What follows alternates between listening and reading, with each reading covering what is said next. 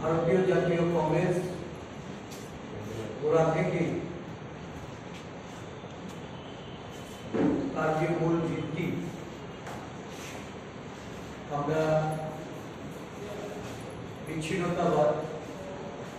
সন্ত্রাসবাদ, উগ্রবাদের বিরোধী এবং দেশ পরিচালনার ক্ষেত্রে এই নীতিতে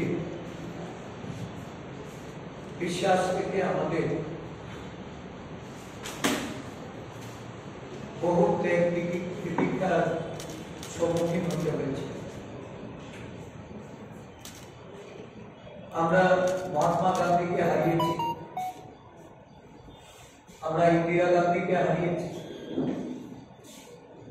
আমরা রাজীব গান্ধীকে হারিয়েছি।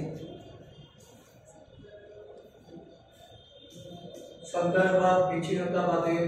উগ্রবাদের বিরুদ্ধে লড়াই করতে গিয়ে আমাদের এই তিনজন মহান নেতা সহ বহু কংগ্রেস দলের নেতা কর্মীদের তাদের আত্মহত্যা দিতে হয়েছে, তাদের সন্ত্রাসবাদী উগ্রবাদীদের হাতে তারা প্রাণ বিসর্জন দিয়েছে। আমরা বিশ্বাস করি যে উগ্রবাদ পরিহার করে শান্তি সমৃদ্ধির পথে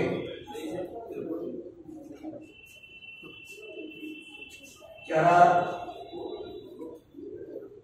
এই পথে জীবনযাপন করার রাস্তা বেছে নিয়েছিল, স্বাভাবিক জীবনে ফিরে আসার জন্য যে কোনো উদ্যোগকে আমরা স্বাগত জানাই। শান্তি প্রতিষ্ঠার জন্য কংগ্রেস দল কোনো দল সরকারে থাকুক বা সরকারের বাইরে থাকলেও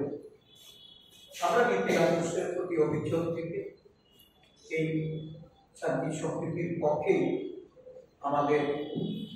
প্রয়াস সবসময় এটা আমরা বজায় রাখতে চলেছি। আপনারা জানেন যে গত 4 সেপ্টেম্বর দিল্লিতে একটা চুক্তির মাধ্যমে NLFT, ATTF সহ বিভিন্ন উগ্রবাদীদের যারা আন্ডারগ্রাউন্ডে ছিলেন একটা বৃহৎ সংখ্যা একটি মৌয়ের মাধ্যমে এই রাজ্যে স্বাভাবিক জীবনে ফিরে আসার জন্য কেন্দ্রীয় সরকার এবং রাজ্য সরকারের মাধ্যমে এটা স্বাক্ষরিত হয় এবং তা বাস্তবায়নের জন্য 24 সেপ্টেম্বর এই রাজ্যে জম্মুই জেলাস্থিত একটা PSR ক্যাম্পে এই আত্মসমর্পণের যে পটভূমি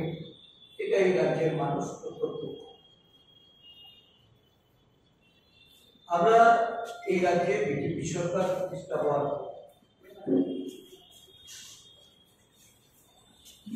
তৎকালীন মুখ্যমন্ত্রী বিপ্লব কুমার দেব, যিনি একসময় ঘোষণা দিয়ে বলেছিলেন এই রাজ্যে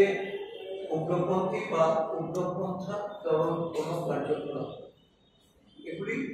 সম্পূর্ণরূপে এটা নিশ্চিহ্ন হয়ে এই রাজ্যে উগ্রপন্থীরা অবশিষ্ট নেই। এবং এটা বর্তমান যে মুখ্যমন্ত্রী অকপটে উনিও এটা স্বীকার করেন বা তৎকালীন সময়ে শাসক দল বা অন্য কোন সংগঠনের পক্ষ থেকে এই ধরনের এই দাবির বিরোধিতায় কোনো আমরা বক্তব্য আমরা শুনতে পাই। তো স্বাভাবিকভাবেই হঠাৎ করে যখন একটা 584 জনে বিভিন্ন উগ্রবাদী দলের তাদের সদস্যদের আত্মসমর্পণ করার বিষয়টি সম্মুখে আসে বা বিগত এক দশকে বা তারও উপরে